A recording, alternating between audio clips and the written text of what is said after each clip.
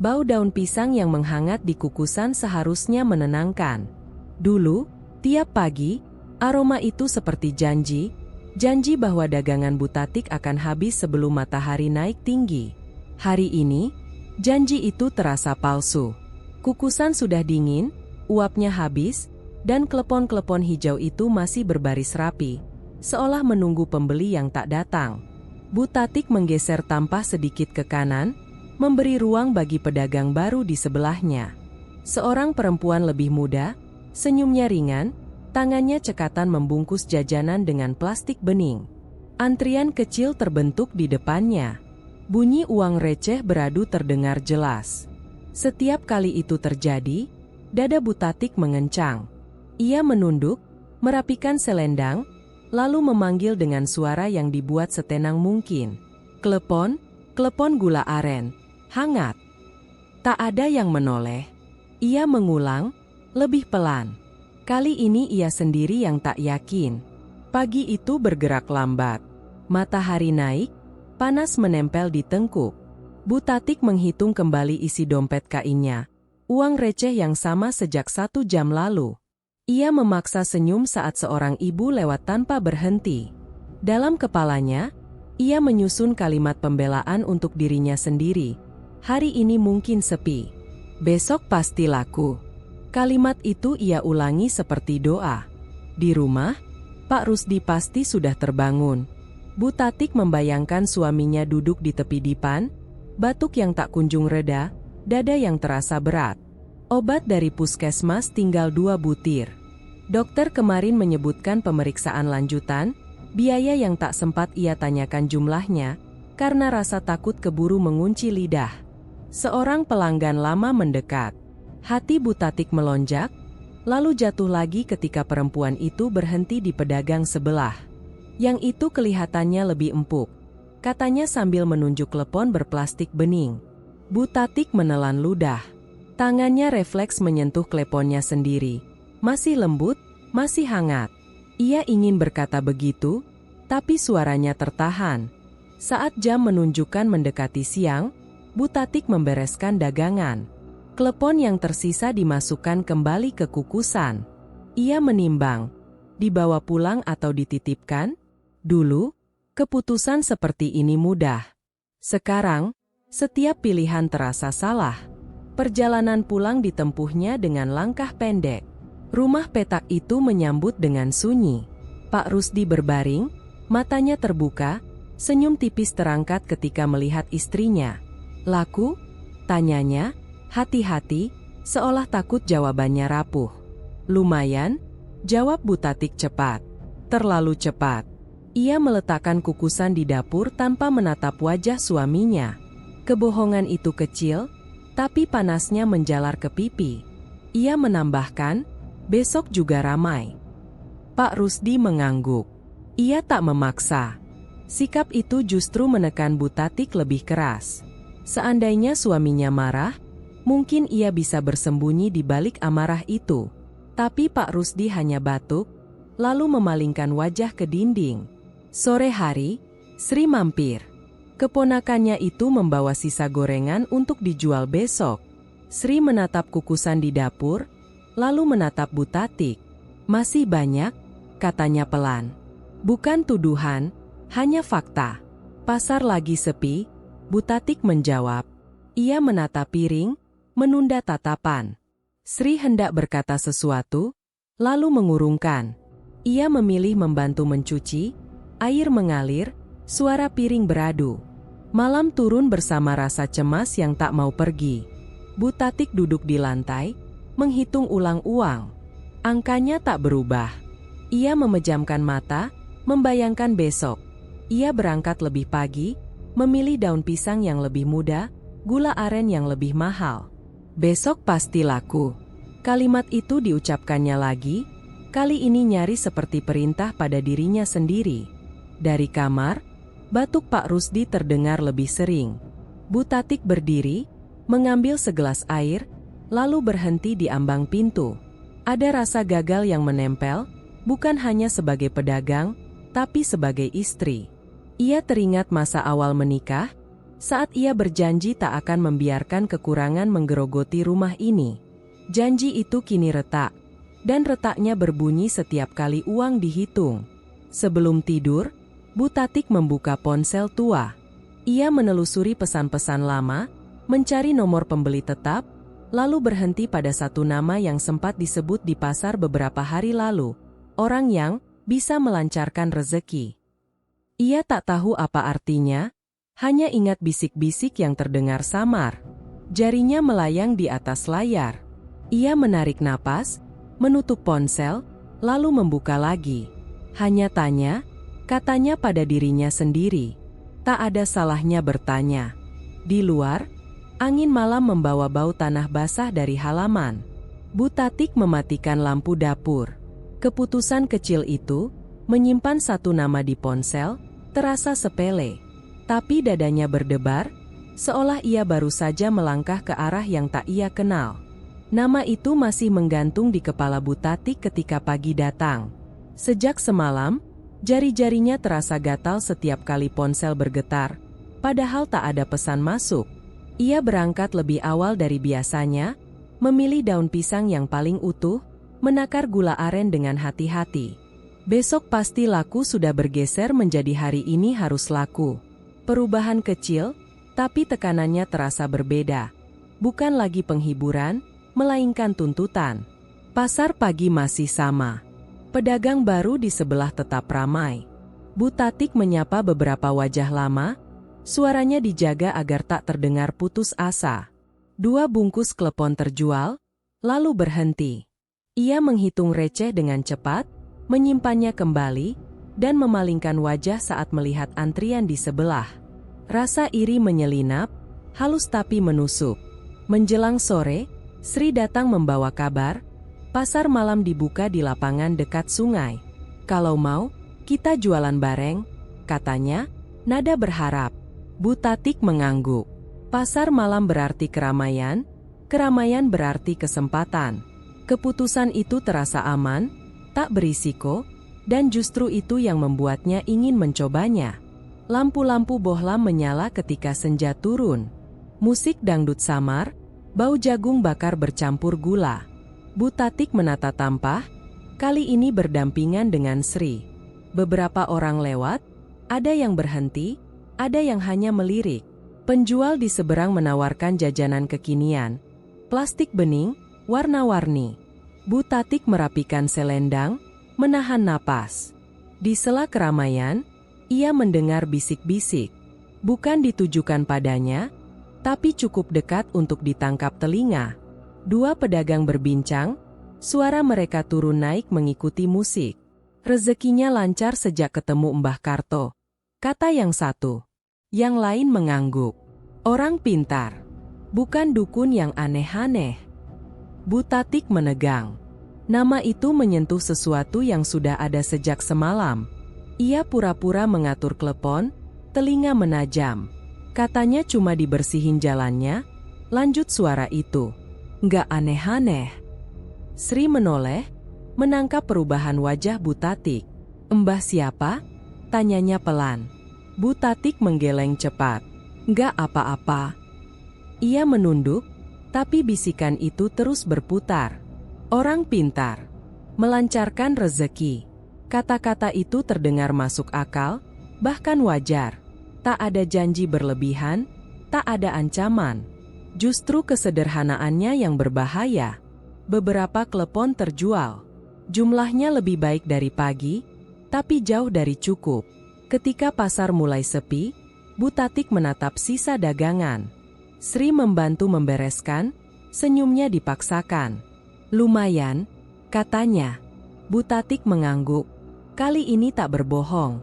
Tapi di dalam, ada rasa lain yang tumbuh, rasa penasaran yang tak mau diam. Malam itu, Bu Tatik pulang dengan kepala penuh. Pak Rusdi tertidur, napasnya berat.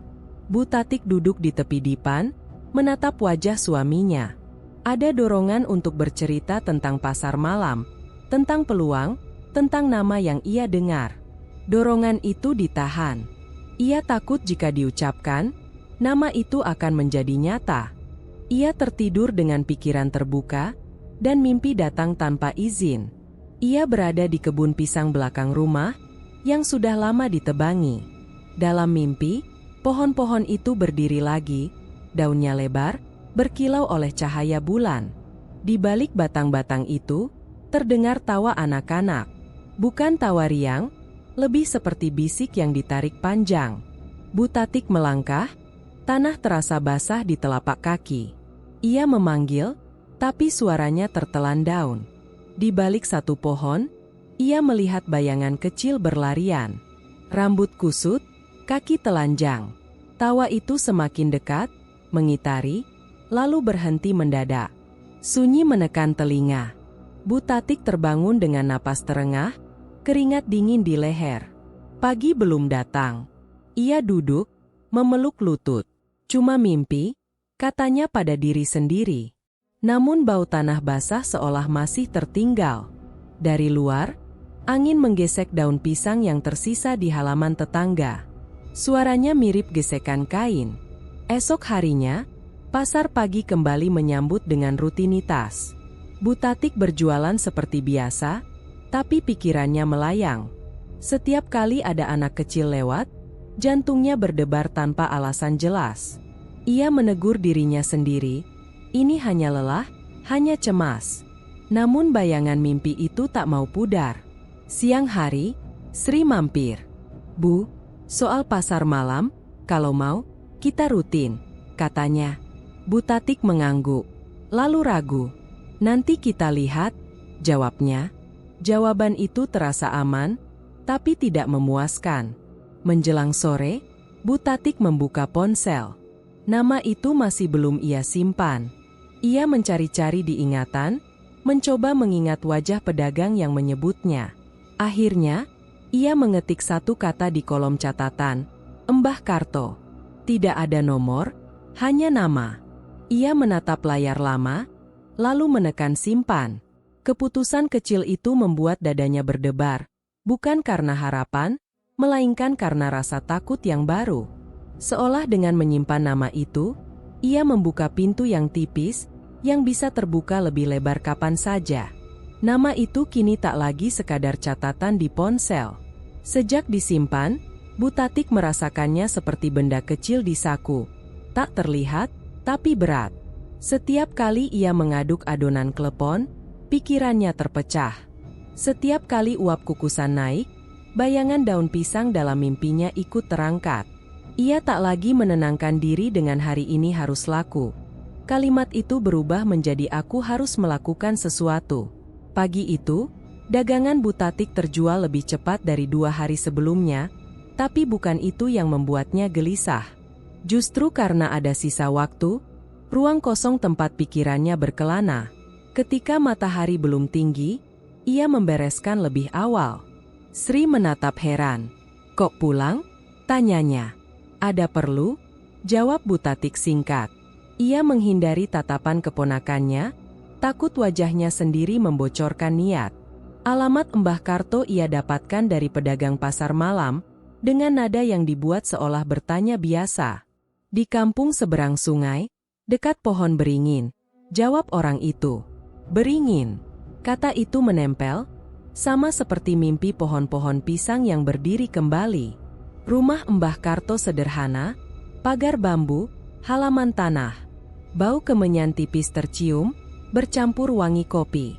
Seorang lelaki tua menyambut di teras, sorot matanya tenang, seolah sudah tahu siapa yang datang. "Monggo," katanya. Tidak ada senyum berlebihan, tidak ada tatapan mengintimidasi.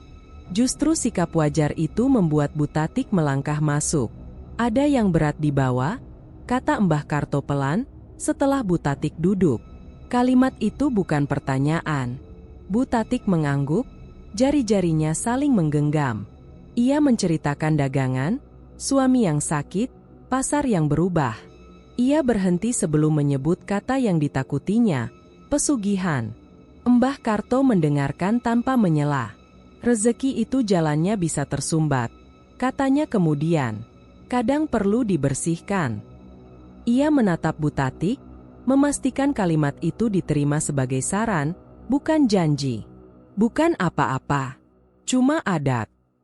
Kata-kata itu terasa aman. Cuma adat. Bu Tatik mengulanginya dalam hati. Ia mengangguk ketika Mbah Karto menyebut ritual kecil. Air, doa, dan sesaji sederhana.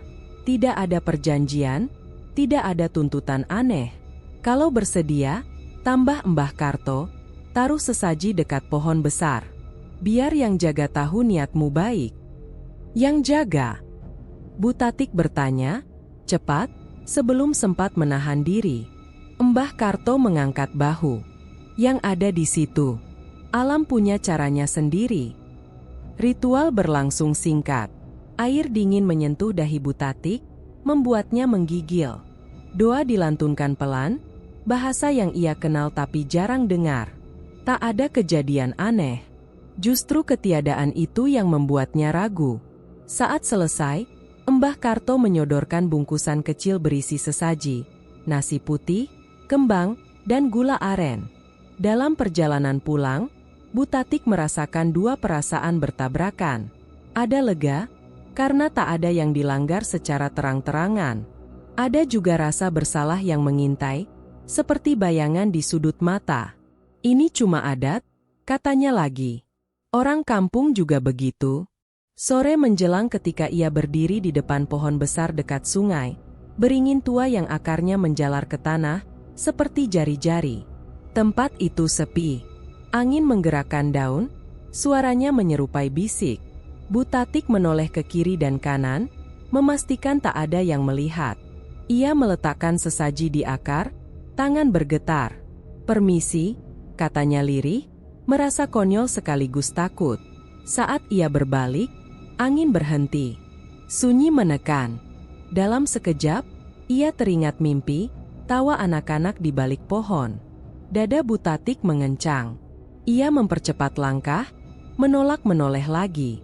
Malam itu, rumah terasa berbeda. Pak Rusdi tertidur lebih nyenyak. Batuknya jarang terdengar. Bu Tatik duduk di dapur, memandangi kukusan kosong. Ada rasa harap yang menyelinap. Cepat-cepat ia tekan. Jangan berharap, katanya pada diri sendiri. Ini cuma adat. Namun ketika ia memejamkan mata, mimpi datang lagi. Kali ini bukan kebun pisang, melainkan beringin besar. Di bawahnya, bayangan perempuan berambut panjang berdiri membelakangi, seolah menunggu. Tak ada tawa, hanya napas pelan. Bu Tatik terbangun dengan jantung berdegup, telinganya menangkap suara daun dari luar. Pagi berikutnya, sebelum berangkat ke pasar, Bu Tatik berhenti di depan cermin. Wajahnya tampak sama, tapi matanya menyimpan sesuatu yang baru, campuran takut dan tekad. Ia mengambil ponsel, membuka catatan, menambahkan satu baris di bawah nama yang kemarin ia simpan. Sesaji sudah. Keputusan kecil itu membuatnya menelan ludah. Ia tahu, dengan satu langkah ringan, ia telah mendekat. Dan di suatu tempat, di bawah pohon besar, ada sesuatu yang menunggu. Pagi itu, Bu Tatik bahkan belum sempat mengatur tampah ketika pembeli sudah berdiri berderet. Satu orang, lalu dua, lalu suara panggilan menyusul dari belakang. "Bu, kleponnya." Bu Tatik, yang hangat. Uap dari kukusan naik tebal, menempel di wajahnya, dan untuk pertama kalinya sejak lama, ia tak perlu memanggil. Tangannya bergerak cepat, hampir otomatis. Membungkus, menerima uang, mengucap terima kasih. Bunyi receh beradu, kertas terlipat, plastik berdesis. Ada sesuatu yang berbeda, bukan hanya jumlah pembeli, tapi cara mereka menggigit klepon, cara alis terangkat, senyum kecil yang muncul. "Pas," kata seorang ibu. "Gulanya nggak kebanyakan, tambah yang lain." Kata itu berulang, seperti kesepakatan tak tertulis. Bu Tatik tersenyum. Senyum yang sempat lama ia simpan. Namun di baliknya, ada rasa waspada yang tak mau pergi. "Ini cuma kebetulan," katanya pada diri sendiri. Hari pasar lagi ramai. Ia menolak menghubungkan pagi ini dengan akar beringin dan sesaji yang diletakkannya kemarin sore. Dagangan habis sebelum matahari naik tinggi. Sri datang terlambat, terengah, dan terkejut melihat tampah kosong. "Habis?" tanyanya, mata membesar. Bu Tatik mengangguk, sedikit lebih bangga daripada yang ia inginkan. "Iya," katanya singkat. Sri tersenyum, tapi ada garis halus di keningnya. "Rasanya berubah?" tanyanya, setengah bercanda. Bu Tatik menegakkan bahu. "Resepnya sama," jawabnya cepat. "Terlalu cepat." Sri memandang sejenak, lalu mengangguk. "Syukur." Sepanjang hari, perasaan Bu Tatik bergerak naik turun. Lega saat menghitung uang, cukup untuk membeli obat Pak Rusdi dan menyisakan sedikit. Takut ketika menyadari betapa ia ingin pagi itu terulang besok. Harapan dan kekhawatiran berkelahi di dadanya, tak ada yang benar-benar menang. Sore datang bersama sunyi. Di dapur, Bu Tatik membersihkan kukusan. Air mengalir, panci berdentang. Saat itulah ia mendengarnya. Suara tangis kecil, tertahan, seperti datang dari balik dinding. Ia membeku. Tangis itu pelan, tapi jelas. Bukan batuk Pak Rusdi, bukan suara radio tetangga.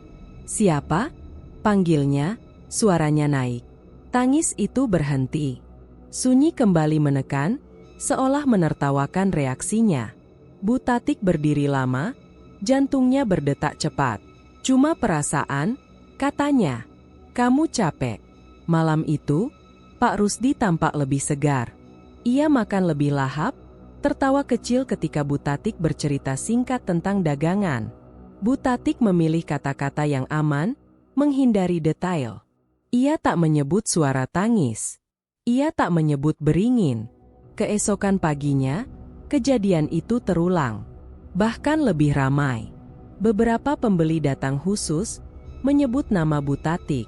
Katanya klepon Bu Tatik enak, ujar seorang perempuan muda. Kata-katanya membuat perut Bu Tatik menghangat sekaligus menciut. Reputasi, sesuatu yang lama ia rindukan, kini datang cepat, terlalu cepat. Sri memperhatikan dari samping.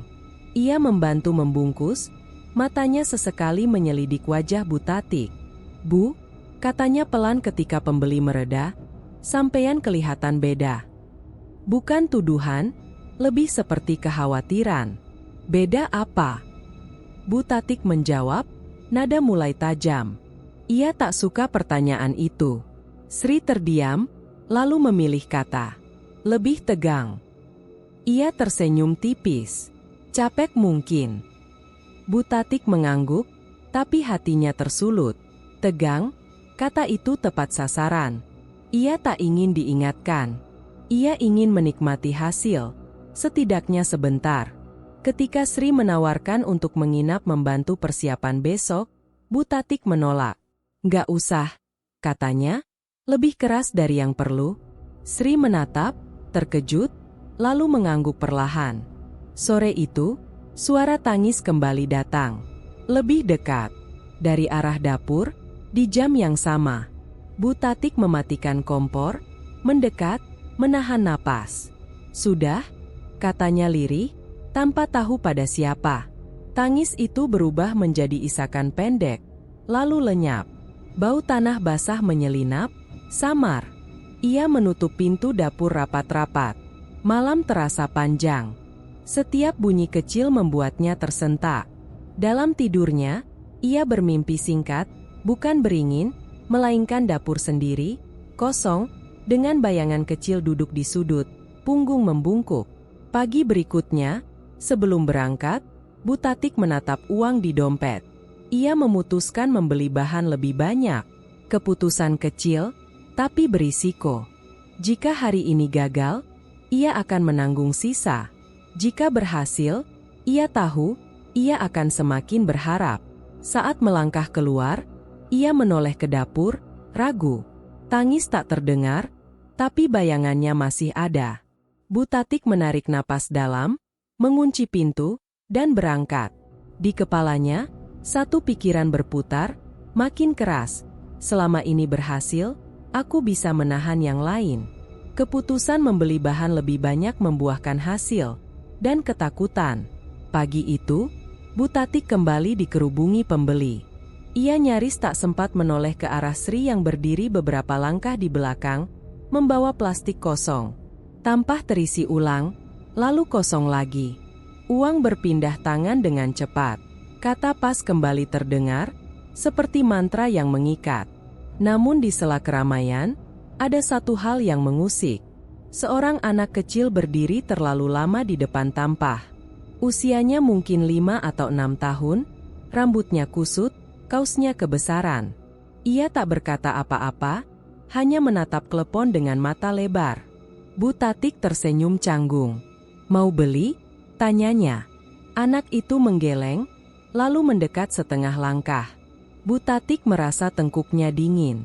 Ia teringat suara tangis sore hari, teringat mimpi tentang bayangan kecil di sudut dapur.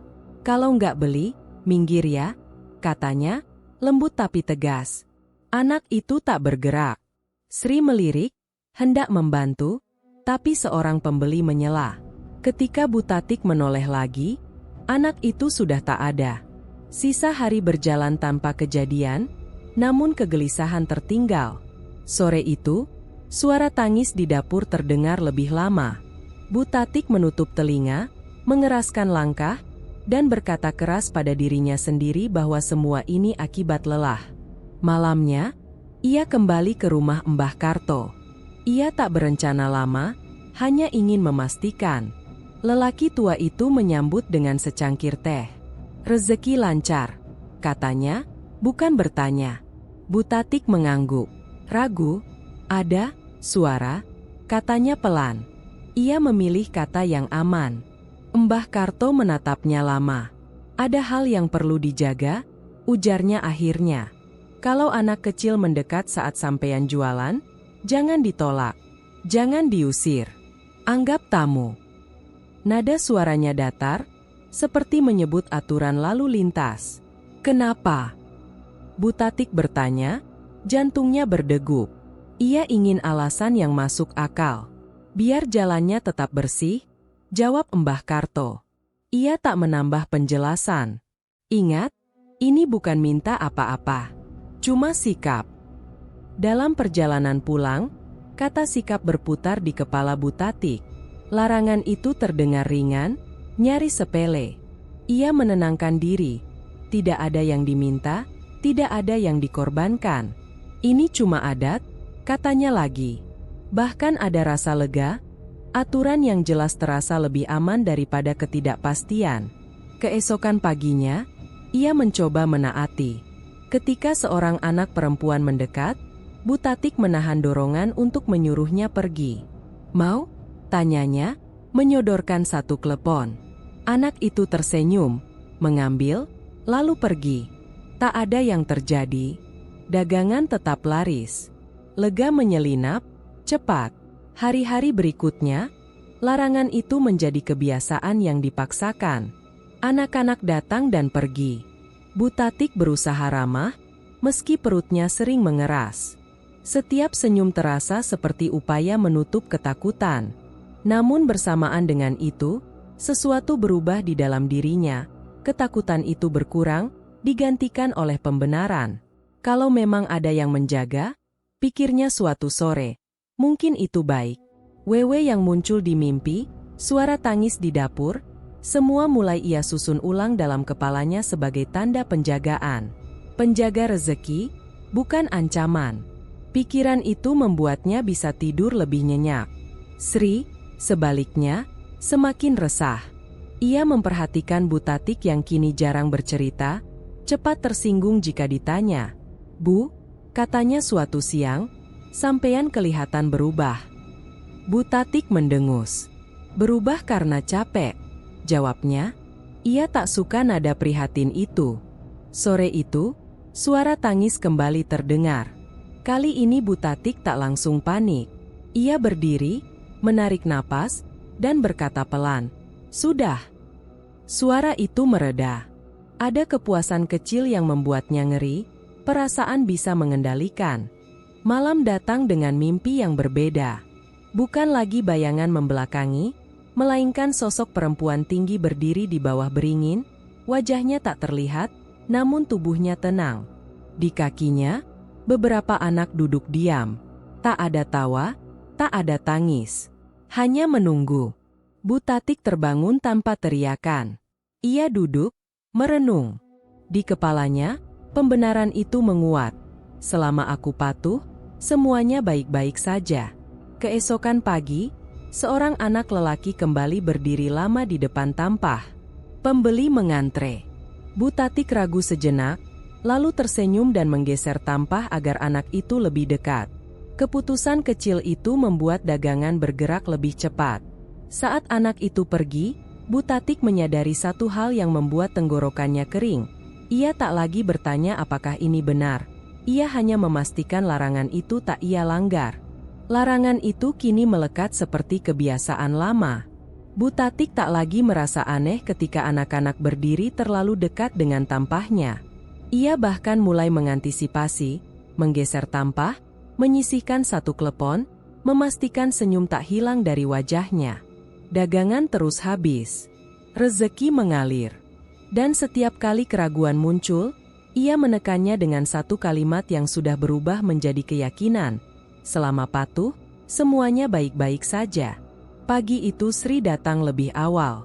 Ia berdiri di sisi Bu Tatik lebih lama dari biasanya, memperhatikan anak-anak yang mondar-mandir. Ada kerut yang tak ia sembunyikan. "Bu," katanya akhirnya, "anak-anak itu sering." "Namanya juga pasar," jawab Bu Tatik cepat. Ia tak menoleh. Tangannya sibuk membungkus. "Dari dulu juga ada." Sri menahan napas. Ia menunggu momen yang tepat, lalu berbicara lebih pelan. "Semalam aku dengar cerita dari tetangga kampung seberang. Tentang pesugihan, Wewe Gombel." Ia menyebut nama itu seperti memegang benda panas. Bu Tatik menegang. "Jangan ngomong sembarangan," katanya, nada meninggi. Beberapa pembeli menoleh. Sri terdiam sejenak, lalu melanjutkan dengan suara lebih rendah. Katanya, "Wewe Gombel itu." "Cukup." Bu Tatik memotong. "Aku nggak main yang begitu." Kalimat itu meluncur tanpa jeda, seolah sudah disiapkan. Ia akhirnya menoleh, matanya tajam. "Aku cuma jualan klepon." Sri menatapnya lama. "Aku cuma ngingetin," katanya. Ada kecewa di sana, bercampur takut. "Makhluk itu penculik anak, Bu." Datangnya pelan, nggak langsung. Kata penculik menusuk. Bu Tatik merasakan amarah naik, menutupi rasa gentar yang ingin muncul. "Kamu kebanyakan dengar cerita orang," katanya. "Kalau nggak mau bantu, ya pulang." Kalimat itu jatuh berat. Sri tersentak, lalu mengangguk kecil. Ia pergi tanpa menoleh lagi. Keramaian pasar berlanjut, tapi Bu Tatik tak lagi merasakannya. Setiap anak yang mendekat kini memicu dua perasaan sekaligus, dorongan untuk patuh dan keinginan untuk menjauh. Ia memilih yang pertama. Pembenaran kembali bekerja, Sri berlebihan. Orang pintar itu tahu batas. Sore hari, dapur menyambut dengan sunyi yang menekan. Bu Tatik menunggu suara tangis itu, dan seperti janji yang dipenuhi, suara itu datang, pelan, berayun, seolah dari balik pintu. Ia memejamkan mata. "Penjaga," katanya dalam hati. Bukan ancaman. Ia tak menutup telinga kali ini. Ia berdiri, menaruh panci, dan berkata pelan, "Aku capek." Malam turun lebih gelap. Pak Rusdi tertidur lebih awal. Bu Tatik duduk di ruang tengah, memandangi uang yang disusunnya rapi. Angkanya cukup, lebih dari cukup. Kepuasan tipis muncul, lalu tercekik oleh bayangan Sri yang pergi dengan wajah kecewa. Ia mengusirnya, menyalakan lampu luar, dan membuka jendela. Di halaman, bayangan bergerak. Bu Tatik membeku. Di bawah cahaya lampu yang redup, ia melihat sosok perempuan berdiri dekat pohon pisang tetangga. Rambutnya kusut menjuntai, menutup sebagian wajah. Di lengannya, seorang anak tergendong, kepala terkulai. Sosok itu tak bergerak mendekat. Ia hanya berdiri, menunggu. Bu Tatik ingin menjerit, tapi suaranya tertahan. Jantungnya berdetak keras, namun kakinya tak melangkah mundur. Ada rasa aneh yang menyusup, bukan hanya takut, tapi pengenalan. Seolah sosok itu bukan orang asing. Perempuan itu mengangkat kepala sedikit. Dari balik rambut kusut, terlihat senyum tipis. Senyum yang bukan ramah, tapi tenang. Seolah berkata, "Aku di sini. Aku menjaga." Bu Tatik menutup jendela dengan tangan gemetar. Bayangan itu lenyap bersama cahaya. Ia bersandar di dinding, napasnya terputus-putus. Kata-kata Sri berdesakan di kepalanya, tapi ia mendorongnya pergi. Halusinasi, katanya. Kelelahan. Namun malam itu, ia tak tidur. Setiap bunyi membuatnya waspada. Ketika akhirnya terlelap, mimpi datang singkat dan jelas. Perempuan berambut kusut itu berdiri di dapurnya, menggendong anak, tersenyum pada Bu Tatik yang berdiri di ambang pintu. Tak ada ancaman, hanya penantian. Pagi berikutnya, Bu Tatik bangun dengan satu keputusan kecil yang terasa perlu. Ia tak akan menceritakan apapun pada Sri. Ia akan menjaga jarak dari nasihat yang membuatnya ragu. Di pasar, ketika seorang anak mendekat terlalu lama, ia menahan dorongan untuk menyuruh pergi, dan tersenyum. Di dalam dadanya, ketakutan dan pembenaran saling mengunci. Dan untuk pertama kalinya, Bu Tatik menyadari betapa keras ia berusaha mempertahankan yang satu dengan mengorbankan yang lain.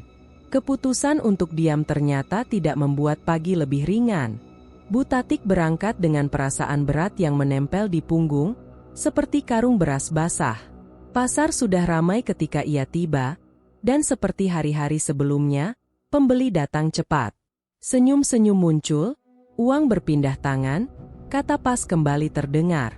Semua tampak normal, terlalu normal, hingga Bu Tatik menyadari satu hal yang hilang. Anak laki-laki itu tidak datang. Ia pelanggan tetap sejak beberapa minggu terakhir. Selalu berdiri di sisi kiri tampah, selalu menunggu dengan sabar, kadang tak membeli apa-apa selain menatap. Rambutnya selalu kusut, kaosnya sama, biru pudar.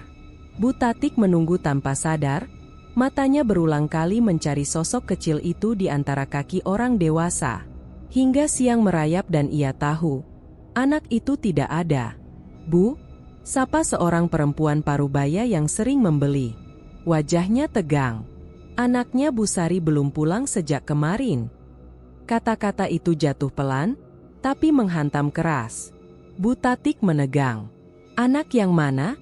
tanyanya, pura-pura tak tahu. "Yang sering beli klepon ke situ," jawab perempuan itu, menunjuk tampah Bu Tatik. "Biasanya pulang sore." Dunia seakan menyempit. Bu Tatik mengangguk kaku. "Oh," katanya. "Hanya itu." Tangannya terus membungkus, tapi jari-jarinya dingin. Dalam kepalanya, potongan-potongan berloncatan. Larangan Embah Karto, senyum perempuan berambut kusut, anak yang berdiri terlalu lama. Desa bergerak cepat. Kabar menyebar dari mulut ke mulut, dari warung ke musola. Siang berubah menjadi sore dengan kecemasan yang menebal. Orang-orang berkelompok, memanggil nama anak itu, menyisir gang dan kebun. Bu Tatik ikut berdiri di dekat lapaknya, tubuhnya ada, pikirannya tertinggal jauh. Sri datang dengan wajah pucat. Ia tak langsung bicara, hanya berdiri di samping Bu Tatik, menatap orang-orang yang mondar-mandir. "Bu," katanya akhirnya, pelan tapi tegas, "itu anak Bu Sari, yang sering ke sini." Bu Tatik menelan ludah. "Aku tahu," jawabnya singkat. Sri mengamati wajah Bu Tatik, mencari sesuatu. "Kemarin dia ke sini, kan?" Ada desakan di balik pertanyaan itu. Bu Tatik mengangguk. Satu anggukan kecil, hampir tak terlihat. Sri menarik napas, menahan kata-kata yang ingin keluar. Ia memilih diam, dan diam itu terasa seperti tuduhan. Sore itu, klepon Bu Tatik tetap habis. Ironisnya, lebih cepat dari biasanya. Orang-orang membeli sambil membicarakan kehilangan, seolah dua hal itu bisa berjalan beriringan. Bu Tatik melayani tanpa rasa. Setiap gigitan yang ia lihat, setiap senyum pembeli, terasa pahit di mulutnya sendiri. Ia ingin berhenti, menutup lapak, tapi kakinya tak bergerak. Kalau aku berhenti sekarang, mereka akan bertanya, pikirnya. Dan aku tak punya jawaban. Di rumah Bu Sari, tangisan pecah. Bu Tatik berdiri di ambang pintu, tak masuk, tak pergi. Ia melihat ibu itu duduk di lantai, memeluk kaus kecil. Suara tangis itu berbeda dari yang ia dengar di dapur. Lebih nyata, lebih menyayat. Bu Tatik mundur pelan. Rasa bersalah naik, panas dan lengket. Malam datang dengan beban yang tak terangkat. Di dapur, suara tangis kembali terdengar, kali ini bercampur dengan gema dari rumah Bu Sari di seberang. Dua suara menyatu, tak bisa dibedakan. Bu Tatik menutup telinga, lalu menurunkannya lagi. Ia tak pantas menghindar. Ia duduk di lantai, memandangi kukusan kosong. Uang tergeletak di meja, rapi. Ia mendorongnya menjauh. "Aku tidak meminta ini," katanya dalam hati, tapi kalimat itu terdengar lemah. Ia teringat bagaimana ia tersenyum pada anak-anak, bagaimana ia memastikan tak melanggar larangan. Pembenaran yang dulu kuat kini retak. Malam itu, ia bermimpi lebih jelas dari sebelumnya. Perempuan berambut kusut berdiri di bawah beringin, menggendong anak yang ia kenal. Kaus biru pudar itu tampak jelas. Anak itu tak bergerak. Perempuan itu tersenyum, bukan pada anaknya, melainkan pada Bu Tatik. Senyum yang meminta pengakuan. Bu Tatik terbangun dengan napas tersengal. Keringat dingin membasahi leher. Ia duduk lama, memeluk lutut. "Ini salahku," bisiknya. Kalimat itu tak bisa lagi ditahan. Pagi berikutnya, pencarian berlanjut. Orang-orang mulai berbisik tentang hal-hal lama, tentang kebun dan sungai, tentang makhluk yang mengambil anak-anak yang terlalu lama berkeliaran. Sri berdiri di depan Bu Tatik sebelum pasar buka. "Bu," katanya, suaranya bergetar, "hentikan dulu jualan." Bu Tatik menggeleng. "Aku perlu," jawabnya. Bukan tentang uang semata, ia tak sanggup berhenti. Selama ia berjualan, ia merasa masih bisa berpura-pura bahwa semuanya normal. Namun sebelum membuka tampah, ia melakukan satu hal kecil yang tak pernah ia lakukan sebelumnya. Ia menyisihkan satu bungkus klepon, meletakkannya terpisah. Tangannya gemetar. Ia tak tahu untuk siapa, atau untuk apa. Keputusan kecil itu membuat dadanya sesak. Seolah ia baru saja mengakui sesuatu yang tak ingin ia ucapkan. Di kejauhan, suara tangis anak kembali terdengar. Kali ini, Bu Tatik tak menutup telinga. Ia menunggu, dengan rasa bersalah yang akhirnya menemukan tempatnya. Rasa bersalah yang akhirnya diakui tidak membuat Bu Tatik lega. Justru sebaliknya, ia menjadi berat, seperti beban yang kini harus ia pikul dengan mata terbuka. Pagi itu, sebelum berangkat ke pasar, perutnya melilit. Ia memaksakan diri menyiapkan adonan, menakar gula aren dengan tangan gemetar. Bau manis yang dulu menenangkan kini membuat dadanya mual. Di pasar, keramaian tak berkurang. Orang-orang masih datang, masih menyebut namanya, masih mencari klepon yang pas. Bu Tatik melayani dengan wajah pucat. Setiap senyum dipaksakan, setiap ucapan terima kasih terasa asing. Anak-anak tetap mendekat, lebih sering dari sebelumnya. Ia patuh pada larangan, tapi kini kepatuhan itu terasa seperti jerat yang mengencang. Menjelang siang, pandangannya berkunang. Ia berpegangan pada meja, napasnya pendek. Sri yang melihat dari jauh mendekat. "Bu, sampean kenapa?" tanyanya, panik. "Masuk angin," jawab Bu Tatik cepat. Ia menepis tangan Sri, takut jika disentuh ia akan runtuh. Ia menutup lapak lebih awal, alasan yang jarang ia pakai. Langkahnya pulang terasa berat, seolah tanah menarik telapak kakinya. Di rumah, mual itu meledak. Bu Tatik berlutut di depan ember, muntah dengan suara kering. Bukan sisa makanan yang keluar, melainkan gumpalan hitam pekat, tanah basah bercampur lendir. Ia tertegun, menatap isinya dengan mata melebar. Bau tanah menyengat, sama seperti bau yang sering ia cium sore hari. Tangan Bu Tatik gemetar. Ini bukan sakit biasa, pikirnya, takut. Pak Rusdi mendengar dan mendekat. "Tatik?" panggilnya. Bu Tatik cepat-cepat menutup ember, menyiramnya dengan air. "Nggak apa-apa," katanya, suara parau. Ia tak sanggup menjelaskan. Sore itu, tanpa memberitahu Sri, Bu Tatik pergi menemui Mbah Karto. Langkahnya tergesa, didorong oleh ketakutan yang kini lebih nyata dari rasa bersalah. Rumah bambu itu menyambut dengan sunyi yang sama, tapi rasanya berbeda, lebih dingin. Mbah Karto mendengarkan ceritanya tanpa ekspresi. Tentang anak yang hilang, tentang suara tangis, tentang muntah tanah hitam.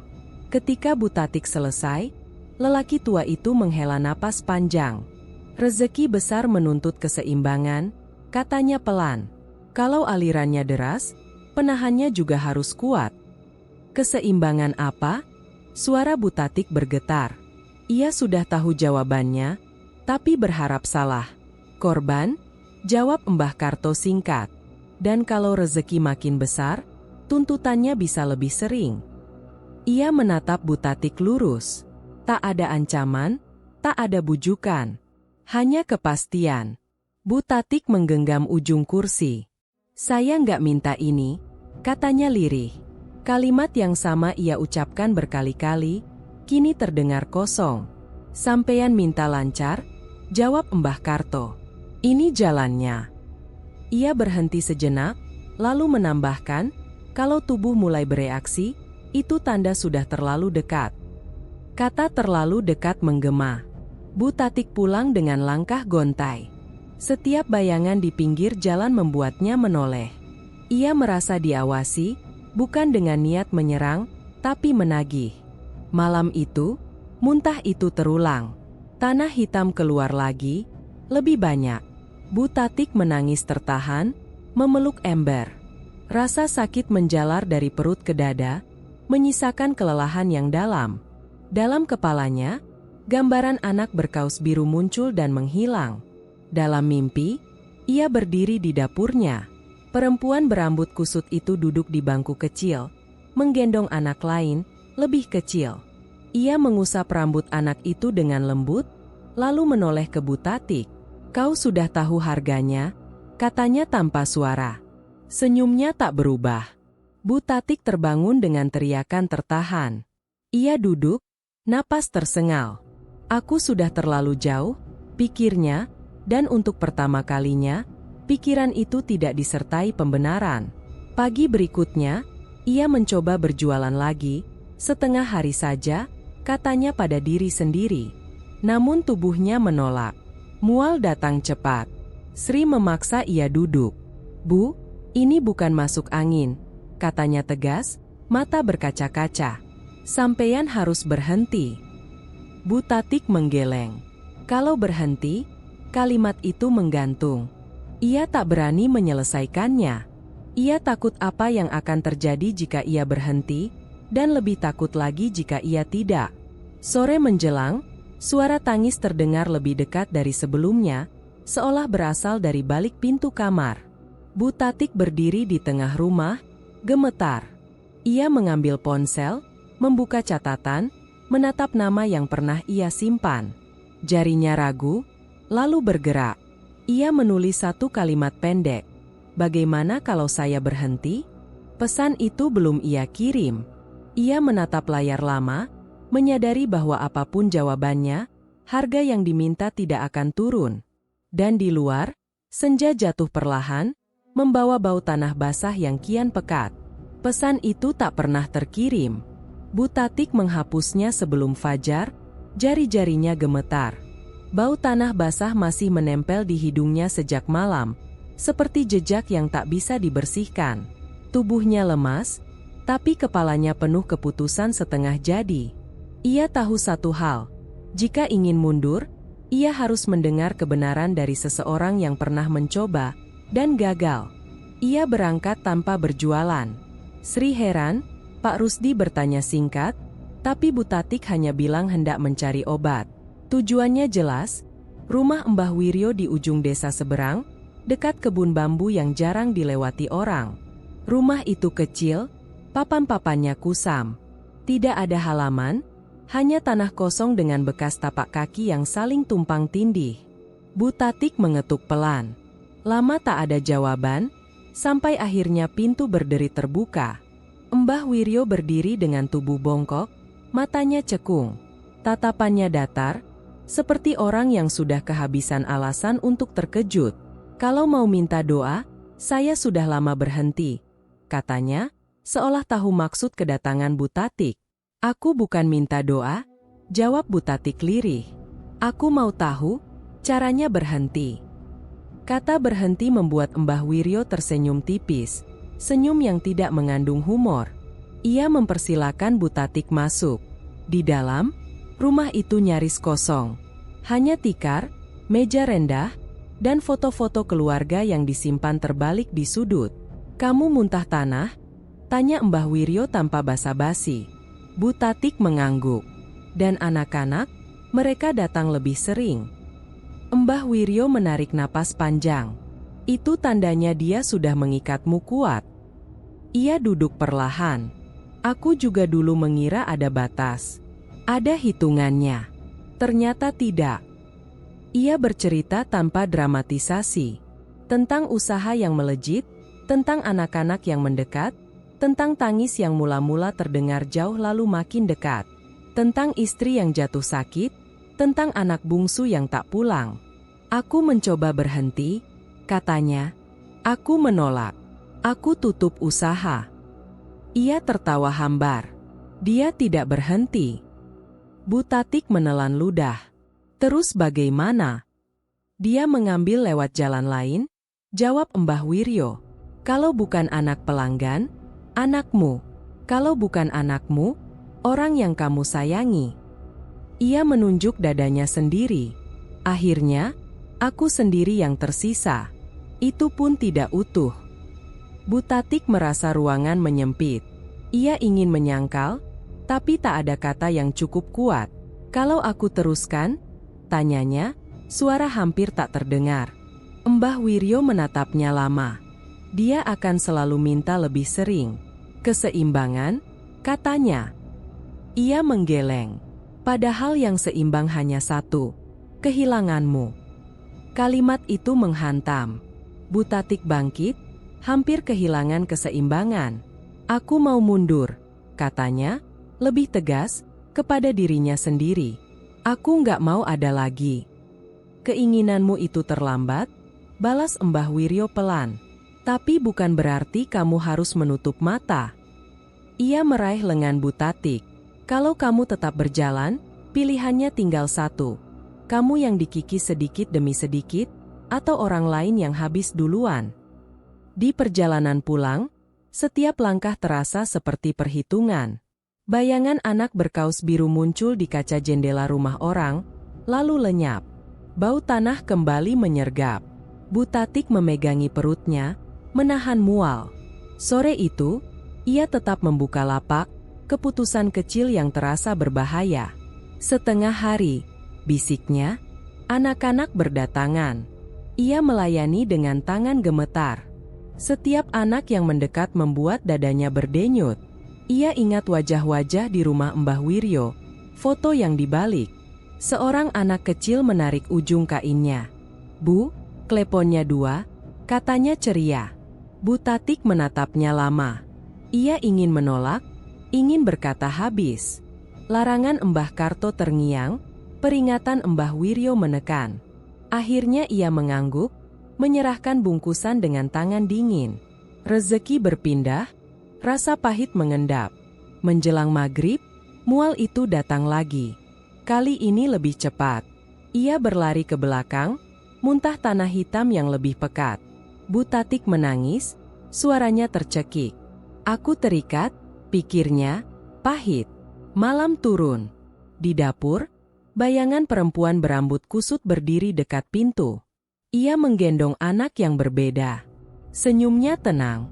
Tidak menuntut, tidak mengancam, hanya menunggu. Bu Tatik memejamkan mata. Ia meraih ponsel, menulis pesan baru, kali ini ke Mbah Karto. Kalau aku kurangi, apa yang terjadi? Jarinya berhenti sejenak, lalu menekan kirim. Keputusan kecil itu terasa seperti membuka pintu yang seharusnya tetap tertutup. Di luar, angin membawa tangis yang semakin dekat. Pesan yang dikirim Bu Tatik pada Mbah Karto tak pernah dibalas. Seharian penuh, ponsel itu tergeletak di meja, layar gelap seperti sengaja membisu. Malam turun dengan cepat, dan bersama gelap itu, rumah terasa berbeda, lebih sempit, lebih ramai oleh sesuatu yang tak terlihat. Suara itu pertama kali didengar Pak Rusdi saat azan Isya selesai. Ia terbangun dari batuk panjang yang membuat dadanya nyeri. Dari arah dapur, terdengar tawa lirih, berlapis-lapis, seperti beberapa anak bermain petak umpet. Pak Rusdi memanggil pelan, mengira Bu Tatik lupa mematikan radio. Tak ada jawaban. Tawa itu berhenti mendadak, digantikan bunyi gesekan kaki kecil di lantai. Tik! Panggilnya lagi, suara parau. Bu Tatik yang sedang menyiapkan air hangat di dapur membeku. Ia juga mendengar itu, lebih dekat dari biasanya. Jantungnya berdebar. Ia menjawab cepat, terlalu keras. Iya, Pak, radio kok. Pak Rusdi terdiam, tapi tubuhnya menggigil. Saat Bu Tatik kembali ke kamar, wajah suaminya pucat, keringat dingin membasahi pelipis. Di dapur ada anak-anak, katanya lirih, bukan bertanya. Mereka manggil aku. Kalimat itu seperti paku menancap. Bu Tatik menahan napas, lalu memaksakan senyum yang tak sampai ke mata. Mungkin mimpi, ujarnya. Bapak capek. Malam itu, sakit Pak Rusdi memburuk. Batuknya berdarah tipis. Setiap kali Bu Tatik membantunya duduk, suara tawa itu muncul lagi, kini diselingi tangis pendek, seperti anak yang tersedak. Bu Tatik ingin menutup telinga, tapi ia tahu sumbernya bukan di luar. Pagi datang dengan wajah kelabu. Bu Tatik menyiapkan klepon tanpa rasa. Tangannya bergerak otomatis. Ia melewati cermin dapur tanpa menatap, keputusan kecil untuk bertahan. Namun saat membilas tangan, ia tak sengaja mengangkat kepala. Di cermin, ada bayangan berdiri di belakangnya. Rambut kusut menutup sebagian wajah, tubuh perempuan itu memanjang, tak sepenuhnya utuh. Di lengannya, tergantung seorang anak yang tertidur, napasnya nyaris tak ada. Mata bayangan itu menatap Bu Tatik, dan bibirnya bergerak tanpa suara, seolah mengucap terima kasih. Bu Tatik tersentak, menjatuhkan baskom. Air tumpah, membasahi lantai. Saat ia menatap lagi, cermin hanya memantulkan dirinya yang pucat dan mata yang merah. Ia tahu sekarang, ini bukan lagi tentang dagangan, bukan tentang rezeki. Keluarganya sudah masuk hitungan. Sri datang siang itu, membawa bubur untuk Pak Rusdi. Melihat kondisi Pak Rusdi, wajah Sri mengeras. Semalam aku dengar suara anak-anak juga, katanya pelan pada Bu Tatik di teras. Dari rumahmu. Bu Tatik ingin menyangkal, tapi kata-kata Mbah Wiryo menekan dadanya. Kalau bukan anak pelanggan, anakmu. Kalau bukan anakmu, orang yang kamu sayangi. Ia menggenggam kain apron, jari-jarinya kaku. Aku salah, bisiknya, hampir tak terdengar. Sri menatapnya lama. Ini sudah masuk rumahmu, katanya tegas. Kalau kamu terus berdagang, kamu kasih jalan. Kalimat itu memaksa pilihan.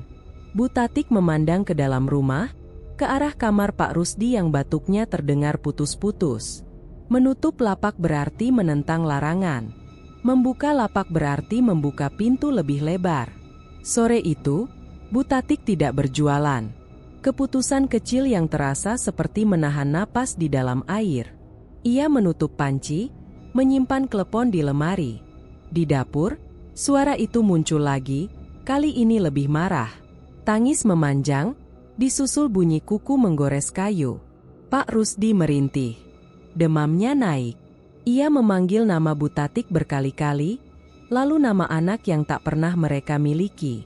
Bu Tatik duduk di sisi ranjang, air mata jatuh tanpa suara.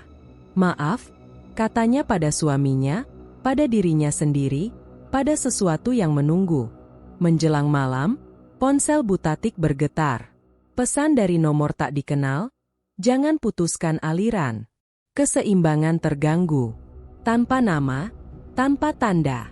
Bu Tatik menatap layar itu lama. Di cermin dapur, bayangan itu kembali muncul, kali ini lebih jelas. Senyumnya hilang. Anak di lengannya menangis pelan, memanggil. Dengan tangan gemetar, Bu Tatik membuka lemari, mengambil panci klepon. Ia melangkah ke pintu, lalu berhenti. Di balik pintu, suara anak-anak menunggu. Ia menutup mata, lalu memutar kunci dari dalam, bukan untuk keluar, tapi untuk menunda. Di kepalanya, satu keputusan kecil terbentuk, berisiko dan rapuh. Besok pagi, ia akan membuka lapak hanya sebentar. Cukup untuk menenangkan. Cukup untuk menjaga Pak Rusdi semalam lagi. Di dapur, tawa berhenti. Tangis berubah jadi bisikan puas. Pagi itu, Bu Tatik membuka lapak hanya setengah jam. Keputusan kecil yang ia buat semalam terasa seperti berkhianat pada dirinya sendiri. Klepon laku tanpa tawar-menawar. Wajah-wajah pembeli tampak puas, terlalu puas, seolah rasa manis itu menempel di lidah mereka lebih lama dari seharusnya. Bu Tatik menutup panci sebelum matahari naik tinggi. Tangannya gemetar, bukan karena dingin, melainkan karena rasa bersalah yang menebal sejak suara di dapur semalam berhenti dengan terlalu patuh. Di rumah, Pak Rusdi terbaring lemah. Napasnya pendek, batuknya tertahan-tahan seperti ada sesuatu yang menekan dadanya dari dalam. Bu Tatik duduk di sisi ranjang, memandangi wajah suaminya yang menua cepat dalam beberapa minggu terakhir. Ia tahu tak ada lagi ruang untuk bersembunyi. Setiap kebohongan hanya memperpanjang antrean. "Ada yang mau aku ceritakan," kata Bu Tatik, suaranya serak. Pak Rusdi membuka mata perlahan. "Tentang apa?" tanyanya pelan, tapi tatapannya jernih. Ia selalu seperti itu, tenang, bahkan ketika tubuhnya menyerah. Bu Tatik menarik napas panjang. Kata-kata itu menumpuk di tenggorokannya, berdesakan dengan rasa takut. "Tentang dagangan," katanya akhirnya. "Tentang kenapa tiba-tiba laku. Tentang suara-suara itu." Pak Rusdi menelan ludah. Ia mengangguk, memberi ruang. Bu Tatik bercerita. Tentang Mbah Karto. Tentang ritual yang katanya adat. Tentang sesaji di dekat pohon besar. Tentang larangan yang diabaikan, dan anak-anak yang tak pulang. Ia tidak menyebut nama Wewe Gombel dengan lantang, kata itu terasa berat, seolah memanggil. Namun bayangan perempuan berambut kusut itu terlintas jelas di benaknya saat ia menyebut penjaga. Saat cerita itu selesai, sunyi menyelimuti kamar. Bu Tatik menunggu amarah, teriakan, mungkin penolakan. Yang datang justru isak tertahan. Pak Rusdi menangis. Bahunya bergetar. Tangisnya bukan marah, bukan kecewa, melainkan takut. Ia meraih tangan Bu Tatik, menggenggamnya dengan sisa tenaga. "Aku takut kehilangan kamu," katanya terputus-putus. "Lebih dari takut mati miskin." Kalimat itu menghantam lebih keras dari semua peringatan yang pernah ia dengar. Bu Tatik menunduk, air mata jatuh di punggung tangan suaminya. "Aku cuma mau kamu sembuh," bisiknya. "Aku cuma mau kita bertahan." "Aku bertahan karena kamu," jawab Pak Rusdi. "Bukan karena kleponmu." Kata-kata itu mengoyak pertahanan terakhir. Rasa bersalah Bu Tatik memuncak, mengalir deras dan panas.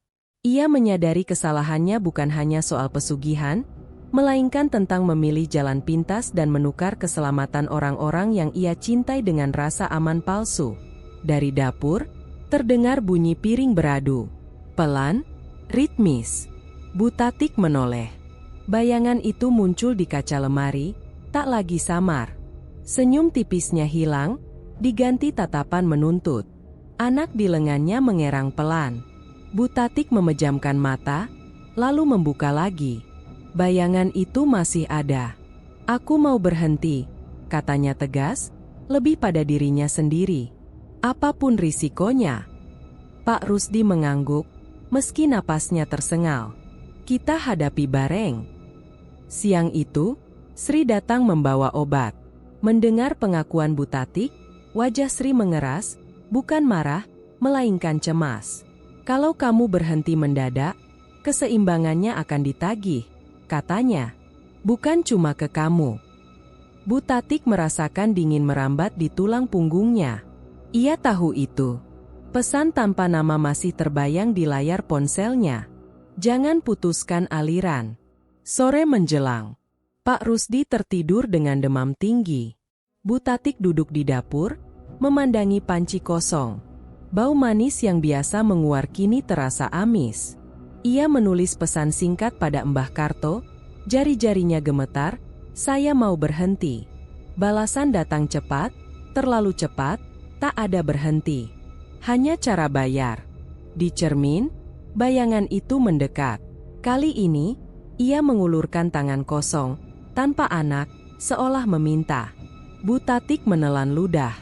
Ia meraih pisau kecil di laci, bukan untuk melukai siapapun, melainkan sebagai penanda keputusan.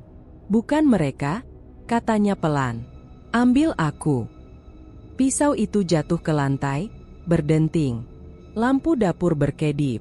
Dari kamar, Pak Rusdi memanggil namanya. Bu Tatik berlari ke kamar, memeluk suaminya. Di balik pintu, suara anak-anak mulai berkumpul lagi. Lebih banyak, lebih dekat. Dengan air mata yang tak berhenti, Bu Tatik membuat keputusan kecil yang berisiko. Malam ini, ia akan menemui Mbah Karto lagi, bukan untuk meminta, tapi untuk menawar. Keputusan untuk menemui Mbah Karto malam itu tak pernah benar-benar terjadi. Hujan turun deras, dan ponsel Bu Tatik kembali membisu setelah pesan terakhir yang dingin. Ia duduk di ruang tengah hingga dini hari, menunggu tanda yang tak ia inginkan namun terasa pasti. Saat fajar menyingsing, ia tahu satu hal dengan jelas. Permintaan itu sudah ditetapkan, meski belum diucapkan. Wewe Gombel datang tanpa suara. Bukan dengan tawa, bukan dengan tangis. Ia hadir sebagai tekanan di dada Bu Tatik, seperti udara yang diperas dari ruangan. Saat Bu Tatik mengisi air minum di dapur, cermin memantulkan sosok itu lebih dekat dari sebelumnya. Rambut kusut menutup wajah separuh, kulitnya pucat kehijauan. Tangannya kosong, tapi mata itu menatap seolah menghitung. Anak dari darah sendiri. Kalimat itu tidak terdengar, tapi masuk ke kepala Bu Tatik seperti duri. Ia tersandar pada meja, menahan mual yang naik bersama muntah hitam, tanah lembab yang berbau akar. Tangannya gemetar. Darah sendiri. Kepalanya memutar cepat, mencari makna yang bisa ia bantah. Ia dan Pak Rusdi tak punya anak. Sri. Nama itu muncul dengan kejelasan yang kejam. Keponakannya. Darah adiknya. Kerap datang membantu, menasehati, menjaga. Wewe Gombel di cermin tersenyum tipis, seolah menyetujui penemuan itu. Sejak pagi, Bu Tatik mulai menutup diri. Ia menutup jendela, mengunci pintu, mematikan ponsel. Ketika Sri datang membawa obat untuk Pak Rusdi, Bu Tatik berdiri di balik pintu, menahan napas. Bayangan itu muncul di kaca pintu, lebih tinggi, lebih dekat. Jari-jarinya mengetuk pelan, mengikuti irama detak jantung Bu Tatik. Ada apa? Tik? Suara Sri terdengar dari luar. Aku dengar batuk Pak Rusdi makin parah. Bu Tatik ingin membuka pintu, ingin memeluknya, ingin berteriak agar Sri pergi jauh. Namun kaki Bu Tatik tak bergerak. Ketika ia mundur satu langkah, bayangan itu maju satu langkah. Seolah ada garis tak kasat mata yang tak boleh dilewati. Pulang, kata Bu Tatik akhirnya, suaranya teredam. Aku capek. Sri terdiam. Aku masuk sebentar saja. Bayangan di kaca mencondongkan tubuh, seolah menempelkan telinga. Bu Tatik menahan tangis. Jangan datang lagi, katanya, lebih keras. Tolong. Langkah Sri menjauh, ragu. Bayangan itu memudar, tapi tidak pergi. Ia hanya menunggu. Siang itu, Pak Rusdi terbangun dengan napas berat. "Kenapa Sri tidak masuk?" tanyanya lemah. Bu Tatik mengelak. Dia buru-buru. Kebohongan itu pahit, tapi terasa perlu. Ia duduk di sisi ranjang, menggenggam tangan suaminya. Setiap kali Pak Rusdi batuk, bayangan itu muncul di sudut mata Bu Tatik, menghitung, menilai. Sore hari, Sri menelepon berkali-kali. Bu Tatik mematikan ponsel.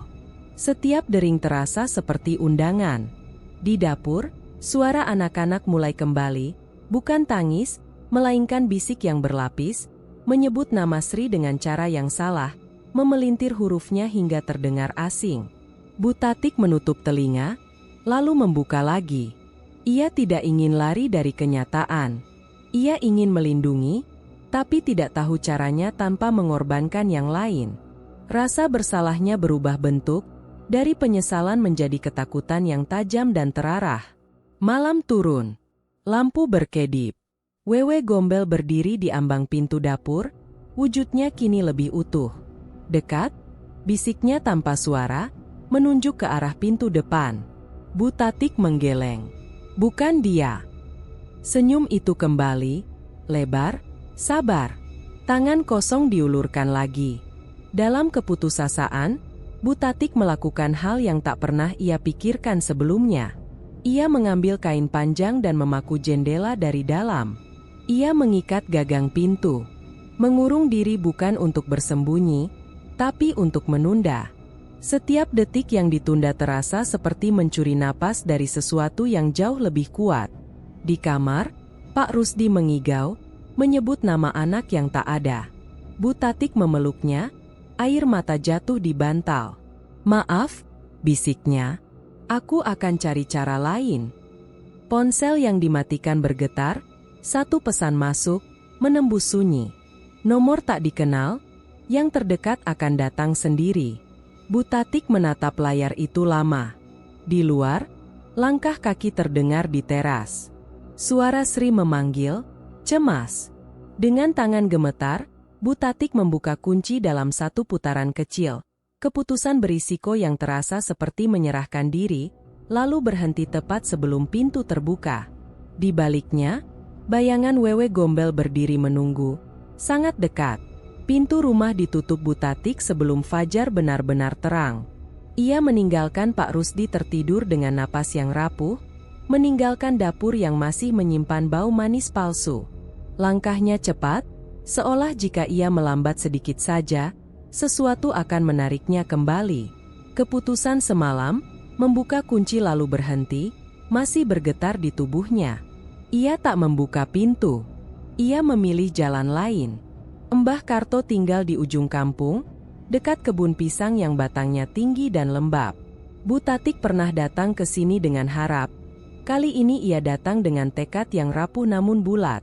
Tanah di bawah kakinya terasa dingin, seperti mengenali jejaknya. Di pendopo kecil, Mbah Karto duduk dengan wajah yang sama tenangnya. Matanya menyapu Bu Tatik tanpa kaget. "Kamu datang telat?" katanya datar. "Aku mau memutus," kata Bu Tatik, tak membuang waktu. Kata-kata itu keluar lebih keras dari yang ia rencanakan. "Aku tak mau lagi."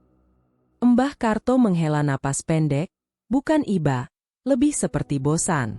"Tak ada putus," ujarnya. "Yang ada lunas." Bu Tatik melangkah maju. "Aku bayar apapun. Ambil aku." Mbah Karto tertawa kecil, pahit. "Itu bukan hakku." Ia menunjuk ke arah kebun pisang. "Yang kamu panggil bukan makhluk yang bisa ditawar dengan keberanian." Angin berdesir. Daun pisang beradu, mengeluarkan bunyi seperti kain basah diperas. Udara mengental. Bu Tatik merasakan tekanan di dada, hadirnya itu tak perlu diundang. Wewe Gombel muncul penuh untuk pertama kalinya. Tubuhnya tinggi, terlalu tinggi untuk ruang pendopo. Rambut kusutnya terurai, meneteskan air hitam. Wajahnya jelas, bukan bayangan lagi. Mata cekung berkilat, mulut lebar yang tersenyum dengan gigi tak rapi.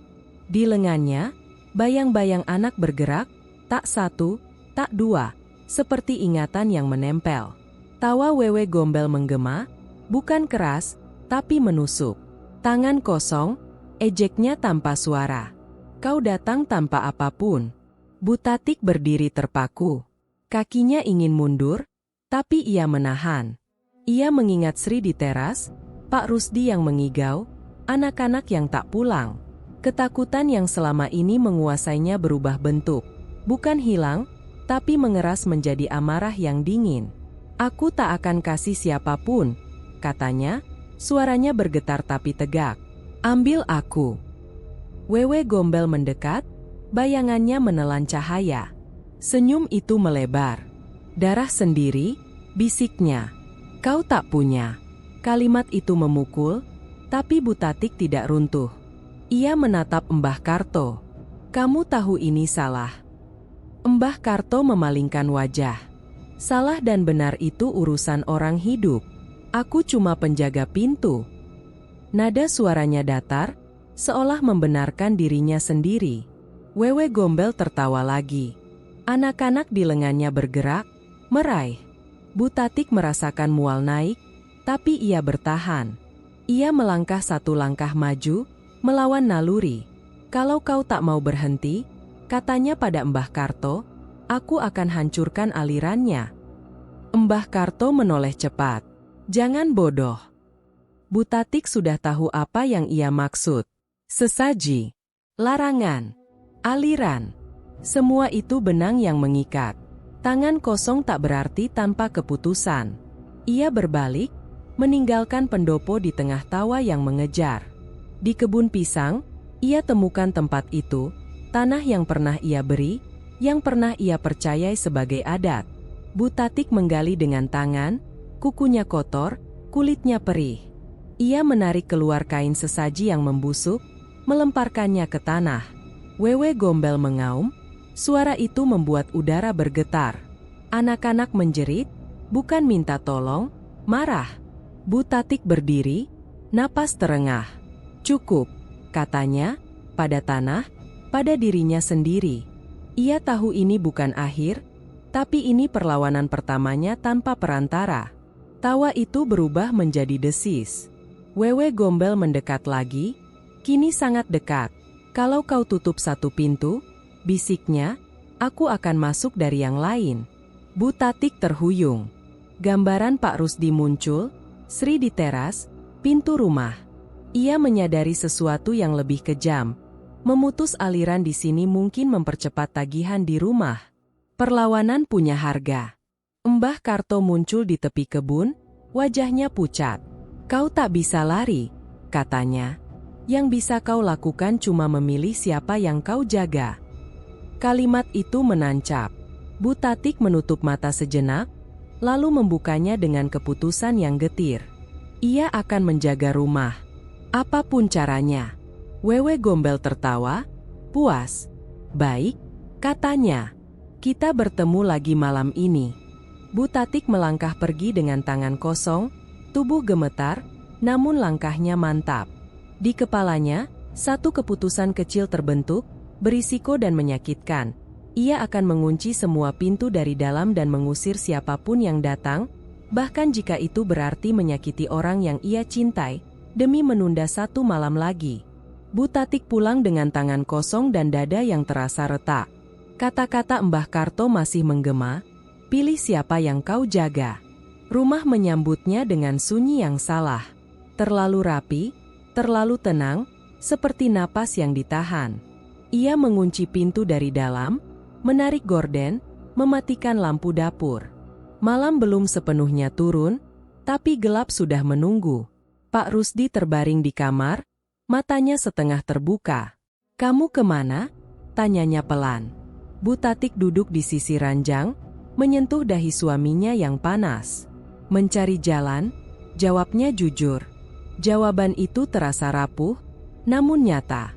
Dari lorong, terdengar langkah kecil berderap. Bukan satu, banyak.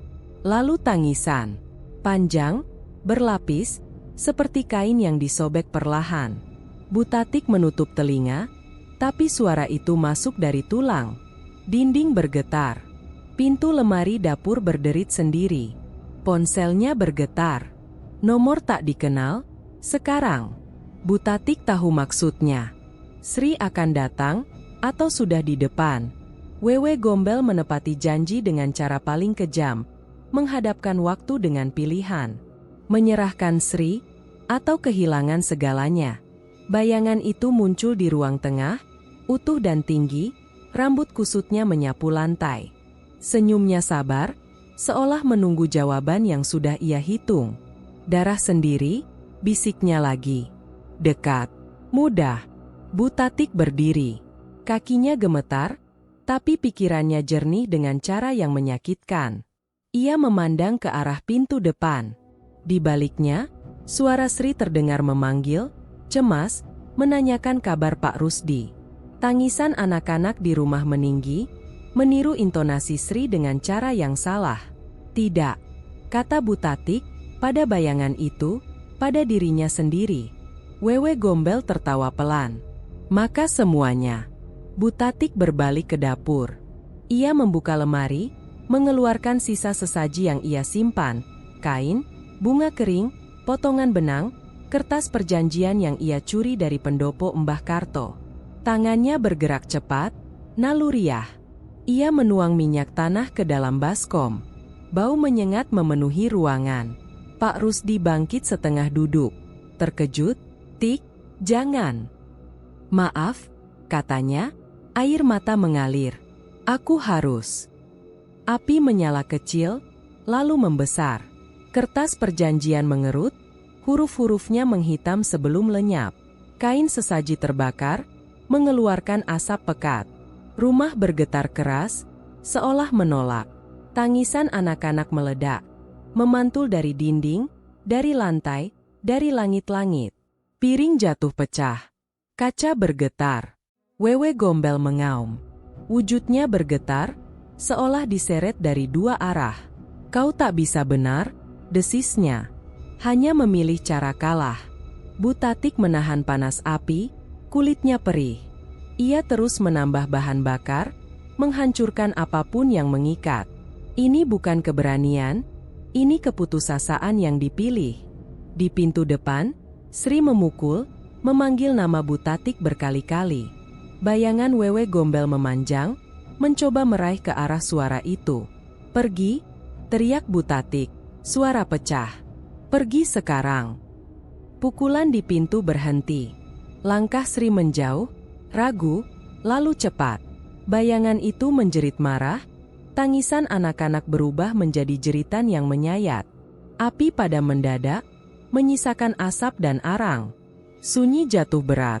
Rumah berhenti bergetar. Butatik terduduk, napasnya terengah.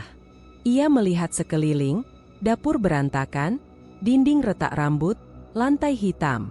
Di cermin, Wewe Gombel tak tampak. Namun bau lembab masih ada, menempel di udara.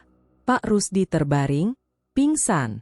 Butatik merangkak, memeriksa napasnya, masih ada, tipis. Ia memeluk suaminya, gemetar, menahan isak. Ponsel bergetar lagi. Satu pesan, "Kau menunda, bukan menghapus." Butatik menatap layar itu lama. Ia tahu rumah ini tak lagi aman. Ia tahu api tadi mungkin memutus satu jalur, tapi membuka yang lain. Dengan tangan gemetar, ia mengambil tas kecil, memasukkan pakaian seadanya.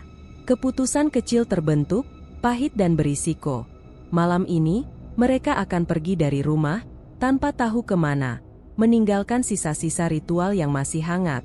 Sementara dari luar, suara tangisan anak kembali terdengar, lebih jauh, tapi belum pergi. Pagi itu, rumah Butatik sunyi dengan cara yang berbeda. Bukan sunyi menunggu, bukan sunyi menahan napas. Sunyi yang datang setelah semuanya terjadi. Pak Rusdi meninggal 3 hari lalu, tepat setelah subuh. Napasnya berhenti tanpa gaduh, tanpa jeritan, seperti lilin yang habis sebelum angin sempat menyentuh. Butatik ada di sampingnya, menggenggam tangan yang mulai dingin. Ia tidak memanggil nama apapun. Ia hanya mengangguk kecil, seolah menerima kalimat terakhir yang tak terucap. Cukup. Pemakaman sederhana. Sri berdiri di samping Butatik, matanya sembab, tangannya setia menopang. Tak ada tudingan, tak ada tanya. Hanya jarak yang sopan, jarak yang dibutuhkan agar luka tidak saling menggores. Butatik berterima kasih tanpa kata. Ia tahu, ada hal-hal yang tak bisa lagi dijelaskan. Hari keempat, Butatik kembali ke dapur. Ia menanak ketan dengan takaran biasa. Tidak ada sesaji, tidak ada bisikan, tidak ada larangan. Tangannya bekerja seperti dulu, sebelum segalanya. Santan diperas, gula merah dilelehkan. Bau yang muncul datar, manis yang wajar. Tidak ada lengket di tenggorokan. Tidak ada rasa, pas, yang membuat orang terdiam lebih lama. Klepon itu matang, hijau pucat, bulat-bulat kecil. Butatik mencicipi satu. Rasanya biasa. Ia menelan tanpa ekspresi. Ada kelegaan yang tipis, disusul perih yang lebih dalam. Ia tahu, ini harga yang tersisa. Di pasar, lapaknya sepi. Beberapa pelanggan lama lewat tanpa berhenti. Ada yang menoleh sebentar, ragu, lalu pergi. Butatik tidak memanggil. Ia menata kleponnya rapi, menunggu dengan sabar yang terasa seperti hukuman ringan. Seorang ibu membeli dua, tersenyum sopan. Enak, katanya, tapi tanpa mata berbinar. Sore datang. Angin membawa bau tanah basah dari arah kebun pisang. Butatik menutup panci, merapikan lapak. Di kejauhan, terdengar tawa anak-anak, jauh, teredam, seperti kenangan yang berjalan mundur. Ia berhenti sejenak, menahan napas. Tidak ada bayangan di cermin kios. Tidak ada tekanan di dada. Hanya suara yang lewat, tidak masuk. Di rumah, kamar Pak Rusdi kosong. Butatik mengganti sprei, melipat baju-baju yang tersisa. Ia menemukan kemeja favorit suaminya, kainnya sudah menipis. Ia duduk di tepi ranjang, memeluk kain itu. Tangisnya tidak meledak. Ia jatuh pelan, berlapis-lapis, seperti hujan kecil yang tahu kapan berhenti. Malam itu, Sri datang membawa sup. Mereka makan tanpa banyak bicara. Setelahnya, Sri berkata pelan, "Aku aman, Tik." Kalimat sederhana itu seperti menutup pintu terakhir yang terbuka. Butatik mengangguk. "Aku tahu."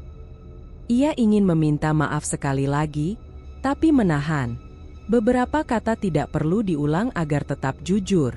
Hari-hari berikutnya berjalan lurus. Tidak ada pesan dari nomor tak dikenal. Tidak ada mimpi anak-anak di balik pohon pisang. Tidak ada wewe gombel di cermin. Pesugihan itu putus, jelas, tuntas. Namun bekasnya tinggal, bukan sebagai teror, melainkan sebagai berat yang menetap. Setiap sore, bau tanah basah muncul sebentar, lalu hilang. Tawa anak-anak terdengar jauh, tak pernah mendekat. Butatik belajar menerima jarak itu sebagai batas. Ia tidak memanggil, tidak mengusir. Ia membiarkan lewat. Suatu pagi, ia menutup lapak lebih awal. Kleponnya tersisa beberapa. Ia membungkusnya rapi, membawanya pulang. Di dapur, ia meletakkannya di meja, menatap lama. Ini bukan penawaran. Ini penutup. Butatik memakan satu klepon terakhir. Rasanya tetap biasa. Ia mengunyah perlahan, menelan dengan sadar. Tidak ada doa yang dipanjatkan untuk rezeki. Hanya satu kalimat kecil untuk dirinya sendiri. "Aku hidup." Di jendela, cahaya senja memudar. Bau tanah basah datang sebentar. Tawa anak-anak melintas jauh, seperti gema yang tahu tempatnya. Butatik berdiri, menutup jendela, lalu duduk kembali. Ia hidup, dengan rasa bersalah yang tak pernah pergi, dengan penyesalan yang tidak meminta ditebus, hanya dipikul. Wewe gombel tidak mengambil rezekinya lagi. Yang tersisa hanyalah kenangan yang tak bisa dihapus, dan keputusan-keputusan kecil yang harus ia buat setiap hari. Bangun, memasak, menjual, menutup lapak, dan menolak jalan pintas selamanya. Jika kisah Butatik dan Klepon terakhir ini membuatmu merinding sekaligus berpikir tentang harga dari sebuah pilihan, jangan lupa tekan tombol subscribe. Cerita horor pesugihan seperti ini akan terus hadir, gelap, manusiawi, dan penuh konsekuensi. Subscribe sekarang agar kamu tidak ketinggalan kisah berikutnya, karena tidak semua kutukan berakhir saat ceritanya selesai.